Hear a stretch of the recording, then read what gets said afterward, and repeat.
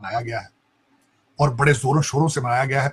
और वहां पे उन्होंने रिकॉग्नाइज किया कि अगर जिन्ना ना होते तो बांग्लादेश, जिस तरह के पता ही आपको, बांग्लादेश कभी ना बनता 1947 में। बड़ा अच्छा उन्होंने किया।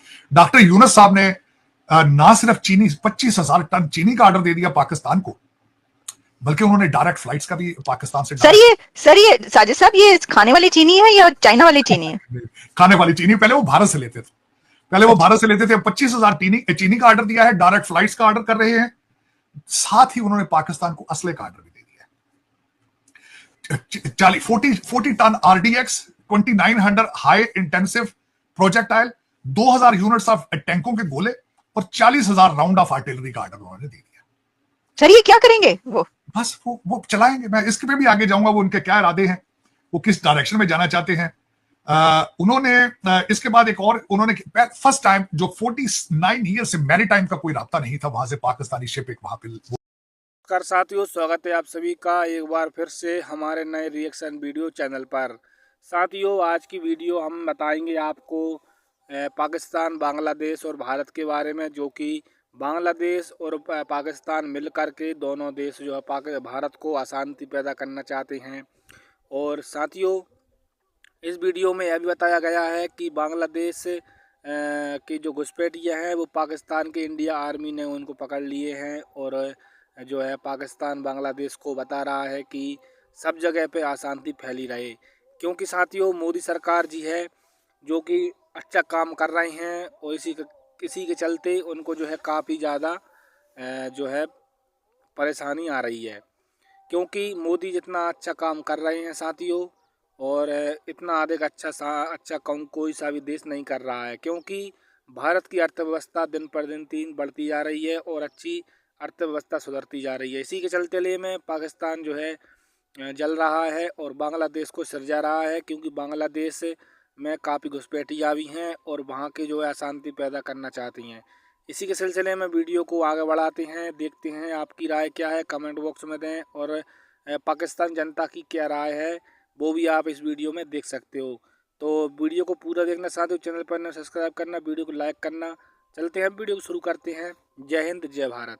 साजिश का खुलासा हुआ है। खुफिया एजेंसियों की रिपोर्ट के मुताबिक बांग्लादेश की जेल से भागे कुख्यात आतंकियों और अपराधियों ने एक नया गिरोह बना लिया। इसका मकसद भारतीय सुरक्षा बलों पर हमला करना और दोनों देशों के रिश्तों को तनावपूर्ण बनाना है। इस साजिश में पाकिस्तान की खुफिया एजेंसी ISI का हाथ बताया जा रहा। सूत्रों के अनुसार बांग्लादेश में जेल से भागे 50 अपराधियों और आतंकियों ने एक संगठित गिरोह बना लिया। ये संगठन भारत बांग्लादेश सीमा पर बड़े आतंकी हमले की योजना बना रही। अगर तुम्हें ऐसा लगता है कि तुम इतने तगड़े प्रोटेस्टर हो, तुम्हारे चलते ये सब हुआ है, सॉरी, तुम्हारे चलते नहीं हुआ है यार। ये जो बांग्लादेशी इतने रेडिकलाइज हो चुके हैं कि सांप और सपोले में फर्क नहीं रहा यार। हमने आग नहीं लगाई शुरू में, आग इन्होंने लगाई, अब भड़क गई तो फिर हमें मत बोलना।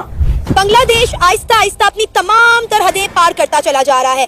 बांग्लादेश अब इंडिया को धमका रहा है कि हम बंगाल पर, उड़ीसा पर और बिहार पर कब्जा कर लेंगे। तो आप देख सकते हैं कि भाई के बांग्लादेश किस हद तक इंडिया की नफरत में डूब चुका हुआ है। लेकिन इंटरेस्टिंग बात यह है कि इंडिया बड़े डिप्लोमेटिकली तरीके से इस सारे मामले को लेकर चल रहा है। इंडिया ने अपने कुछ सरकारी अफसरान को जो है बांग्लादेश भेजा कि वहां जाके वो उनसे बात करें कि भाई आप अपनी हरकतों से बाज आ जाएं। लेकिन अभी तक इंडियन आर्मी ने इस सारे मामले पर कोई एक्शन नहीं लिया। Bangladeshis will be waiting for you. तुम आओ बेटा, आ जाओ। ये बांग्लादेशी भारत में यही काम करते हैं, तो रिक्शा चलाते हैं, बर्तन मांजते हैं। और अगर ये आ गया ना मोहम्मद यूनुस, तुझे तो मैं अपने घर में बर्तन मांजूंगा, देख लेना नोएडा में। इन आतंकियों को पाकिस्तान से भेजे गए हथियार मिले हैं जो बांग्लादेश को सहायता के नाम पर दिए गए। अब इन्हीं हथियारों का इस्तेमाल भारतीय सुरक्षा बलों पर हमला करने के लिए किया जाएगा। पाकिस्तान ने 53 साल बाद बांग्लादेश को जहाजों और कंटेनरों के जरिए हथियार भेजे। अब इन हथियारों का इस्तेमाल भारत के खिलाफ किया जाएगा। इस साजिश में पाकिस्तान की खुफिया एजेंसी ISI की सीधी भूमिका है। रिपोर्ट्स के मुताबिक ISI इन नए आतंकी संगठन को न केवल हथियार दे रहे बल्कि पैसों की भी सप्लाई कर रही। खुफिया दस्तावेजों ने एक और चौंकाने वाला खुलासा किया। बांग्लादेश की तो मैं कह देता हूँ कि पाकिस्तान बहुत आगे जा रहा है। लेकिन अगर लेकिन अगर आप ग्राउंड रियलिटी की बात करें तो ग्राउंड रियलिटी ये है कि हम इकोनॉमिकली जो है वो कहीं करीब भी नहीं आते उनके।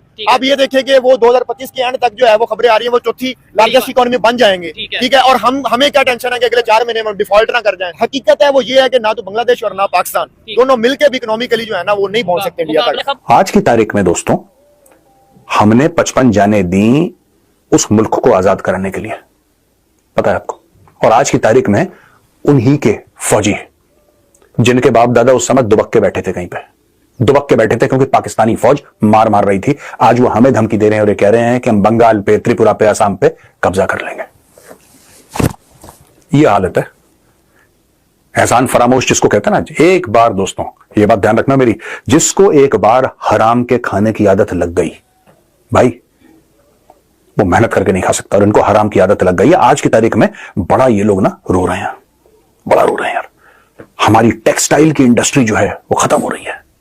मुझे एक बात समझ में नहीं आती दोस्तों, 5 अगस्त 2024 यानी इसी साल की 5 अगस्त को शेख हसीना का तख्ता पलट हो गया। उसके पहले काफी सारे प्रोटेस्ट्स हुए बांग्लादेश में कि ये नहीं चलेगा, वो नहीं चलेगा, इसको निकालो, ये करो, वो करो, बहुत बुरी औरत है, डिक्टेटर है। उसको 5 अगस्त को निकाल दिया। और मेरा यह मानना था कि जो मेन प्रॉब्लम थी, यानी कि उनके हिसाब से शेख हसीना 5 अगस्त को चली गई, 6 अगस्त से चीजों को नॉर्मल हो जाना चाहिए था। आज हम लोग 10 दिसंबर पे बैठे, 4 महीने से ज्यादा हो गए, अभी तक चीजें नॉर्मल नहीं हुई। क्योंकि इन लोगों को, जैसा मैंने बोला, हराम खाने की आदत है। अब आप बोलेंगे मेजर साहब इसमें हराम खाने का क्या लॉजिक है भाई? What is this got to do with हराम खाना? क्योंकि दोस्तों ये काम नहीं करना चाहते। शेख हसीना की सबसे बड़ी गलती थी, उसने बांग्लादेशियों को बोला कि तुम काम करो। ये आलसी लोग हैं, ये प्रोटेस्ट करना चाहते हैं। कल शेख हसीना थी, आज कोई और बहाना है, लेकिन आज भी बांग्लादेश में आग लगी है और सब मिलकर प्रोटेस्ट कर रहे हैं। तो इस तरह के मसाइल, भारत भी परेशान है इस वजह से कि उनका एक एलाय, जो बशारुल असद उनका एक एलाय था, he has gone, he has left, he has gone to Russia। ये उसका था।